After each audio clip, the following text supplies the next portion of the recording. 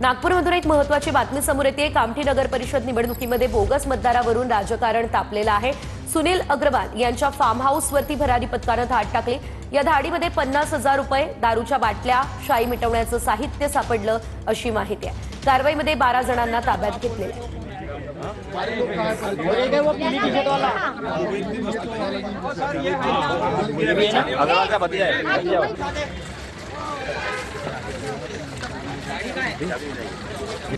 एक महत्त्वाची बातमी आहे। मुंबई पाठोपाठ पुण्याची ही हवा अत्यंत वाईट श्रेणीमध्ये आहे। पुणे विद्यापीठ शिवाजीनगर भागातील हवा वाईट श्रेणीमध्ये। भारत जगातील 5वा सर्वाधिक प्रदूषित देश आहे। मुंबई पाठोपाठ पुण्याची देखील हवा अत्यंत वाईट श्रेणीमध्ये असल्याचं कळतंय। मात्र सर्वात महत्त्वाचं म्हणजे संपूर्ण जगामध्ये भारत हा 5वा सर्वात जास्त प्रदूषित देश म्हणून आता ओळखला जातोय। एक महत्त्वाची बातमी समोर येते, ती बातमी आपण पाहूया। तर कुवेतहून हैदराबादला जाणाऱ्या विमानाला बॉम्ब धमकी मिळालेली आहे। इंडिगोच्या विमानामध्ये बॉम्ब असल्याची धमकी मिळाली, त्यामुळे खळबळ उडाली आहे। मुंबई विमानतळावर विमानाची सुरक्षा तपासणी आता करण्यात आलेली आहे। दिल्ली विमानतळाला धमकीचा मेल आलाय। पुढील तपास आता सुरू करण्यात आलेला आहे।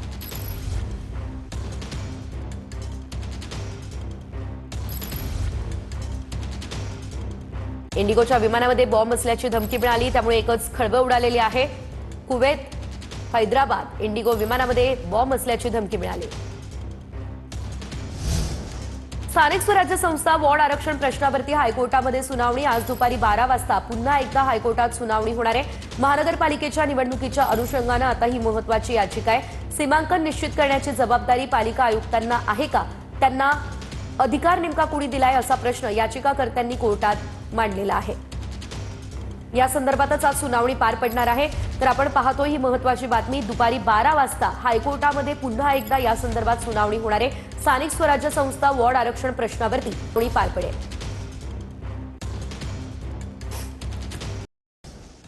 एक महत्त्वाची बातमी, सावंतवाडी राडा प्रकरणी शिंदे सेनेच्या संजू परबांवरती गुन्हा दाखल होण्याची शक्यता आहे। संजू परब यांच्याकडून भाजपचे नेते विशाल परब यांच्या सुरक्षा रक्षकाला मारहाण करण्यात आली।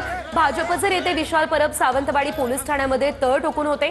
शिंदे सेनेच्या संजू परबांवरती गुन्हा दाखल करण्याच्या मागणीसाठी ठिय्या करण्यात आलाय। संजू परबही पोलीस ठाण्यामध्ये दाखल झाले। शिंदेच्या सेनेकडूनही तक्रार दाखल करण्याची तयारी सुरू आहे।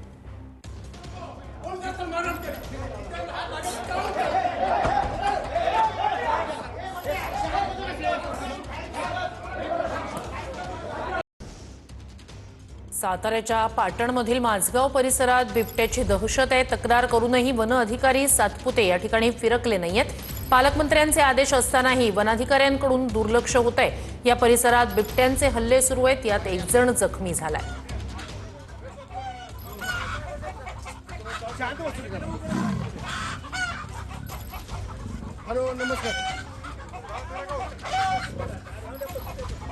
पुण्याच्या चाकण एमआयडीसीतील वराळे भागात बिबट्याची दहशत आहे। स्थानिक कामगारांनी बिबट्या पाहिल्याचा दावा केलाय, त्यामुळे परिसरात भीतीचं वातावरण आहे।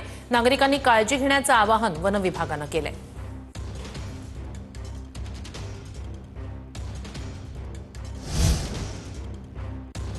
येवल्यात शिंदे सेनेच्या कार्यकर्त्याला पैसे वाटताना नागरिकांनी पकडले। रुपेश दराडे यांच्या कार्यकर्त्याला पैसे वाटताना नागरिकांनी रंगेहात पकडले। नागरिकांनी पैसे वाटणाऱ्याला चोप देत पोलिसांच्या ताब्यात दिले।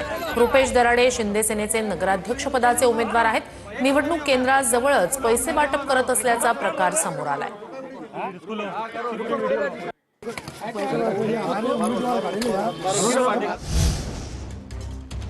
गौरी पालवे आत्महत्या प्रकरणात एक महत्त्वाची माहिती समोर आली। एफआयआर मध्ये नमूद अनंत गरजेच्या जुन्या प्रेयसीचा जबाब वरळी पोलिसांनी नोंदवलाय।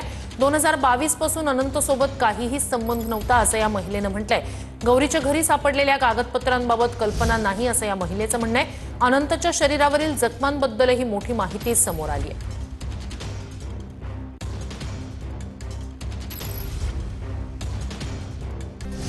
पहिल्या टप्प्यात 60% जास्त मतदान झाल्याची माहिती आहे। अंतिम मतदानाची टक्केवारी अद्याप जाहीर झाली नाहीये। मात्र अधिकृत आकडेवारीनुसार दुपारी 3:30 वाजता 48% इतकं मतदान होतं। 13 नगर परिषदांमध्ये 79% मतदानासह कोल्हापूर जिल्हा आघाडीवर होता। नाशिकमधील 6 नगर परिषदांमध्ये संध्याकाळी 5:30 वाजेपर्यंत 60%पेक्षा जास्त मतदान झाल्याचा प्राथमिक अंदाज होता। 2015च्या निवडणुकीत 56% मतदान झालं होतं.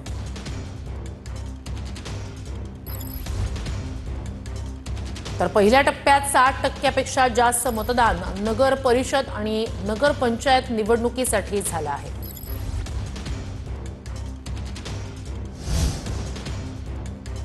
ठाणे मतदार यादीत 3,500 पंकज, सुरेश, रमेश अशी एकेरी नावं असल्याची बाब समोर येते. त्यांच्या आडनावांची कुठलीही नोंद मतदार यादीत नाहीये. तर हे लोक कोण आहेत असा सवाल राजन विचारे यांनी केलाय. 33 प्रभागांमध्ये 67,508 दुबार मतदार आहेत. मनपा आयुक्त सौरभ राव यांनी याचा पुरावा दिलाय. सदोष प्रारूप याद्या तात्काळ दुरुस्त करण्याची मागणी आता होतीये.